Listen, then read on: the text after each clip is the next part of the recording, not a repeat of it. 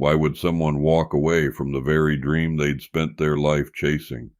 For one country singer, that question became reality. Not once, but twice. There was a time when he wasn't standing under the bright lights of Nashville. Instead, he was installing glass and mirrors for a living, wondering if his music career was already behind him. What's surprising is that he wasn't an unknown. He had already recorded albums, shared stages with legendary acts like the Byrds and Merle Haggard, and earned the respect of musicians throughout the industry. Many believed he had all the talent needed to become a star. He seemed destined for stardom. Instead, he traded a microphone for a toolbox. But admiration doesn't always pay the bills. By the early 1970s, with a family to support and commercial success proving hard to find, he made one of the toughest decisions of his life. He walked away from country music and returned to Georgia to work in his family's glass business.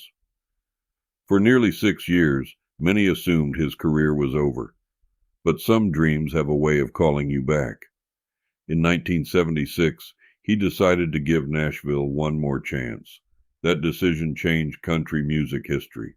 The man was Vern Gosdin. Not long after his return, his unmistakable voice began finding its audience. His duet, Hangin' On with Emmylou Harris, helped introduce him to a much wider audience, and soon came one unforgettable hit after another. If You're Gonna Do Me Wrong, Do It Right.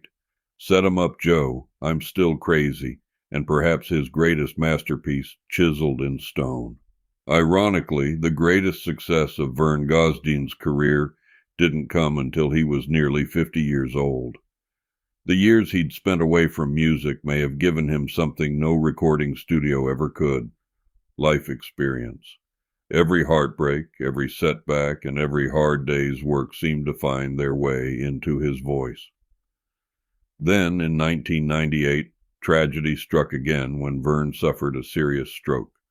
Although he made occasional appearances afterward, his days of extensive touring were largely behind him.